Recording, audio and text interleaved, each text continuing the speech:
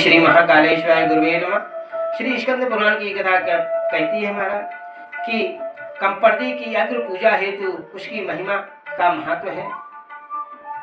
तब माता पार्वती ने भगवान शिव से कहा, हे भगवान, सबसे पहले तो स्वामी की पूजा होती है, उसके बाद सेवक की पूजा होती है।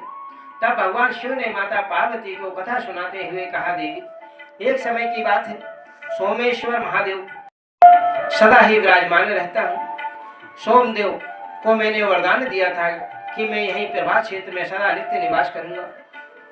तब उनका दर्शन और पूजन करके सोमेश्वर महादेव का सभी लोग स्वर्ग की ओर प्रस्थान करने लगे। स्वर्ग पृथ्वी के मनुष्यों से भर गया, सबको मोक्ष मिलने लगा।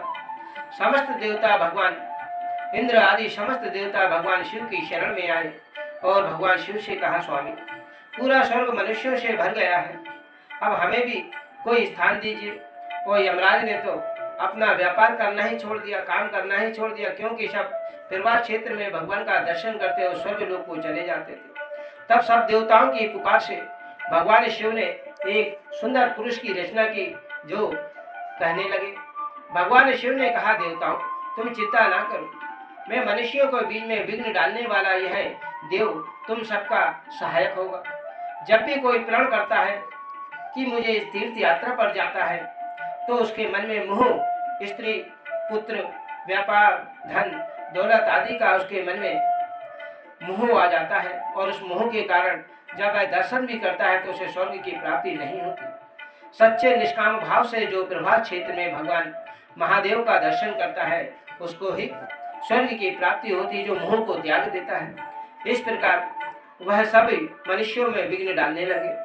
जब विघ्नहर्ता भगवान गणेश ने माता से आज्ञा मांगी, माता, मुझे आज्ञा दे, मैं आपके कार्य को सिद्ध करने के लिए प्रभात क्षेत्र में निवास करूं। गणेश भगवान प्रभात क्षेत्र में निवास करने लगे।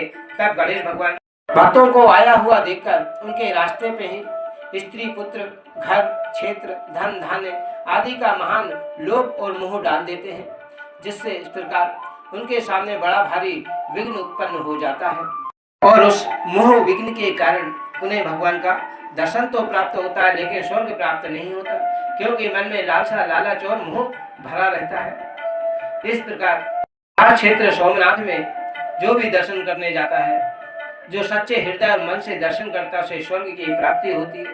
प्रभात क्षेत्र में जो दर्शन करता है, उसे स्वर्ग की प्राप्ति होती है।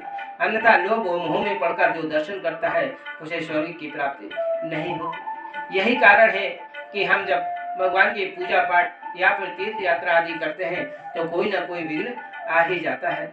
ऐसी सुंदर कथाओं को जानने के लिए इस चैनल को लाइक, सब्सक्राइब अवश्य करें।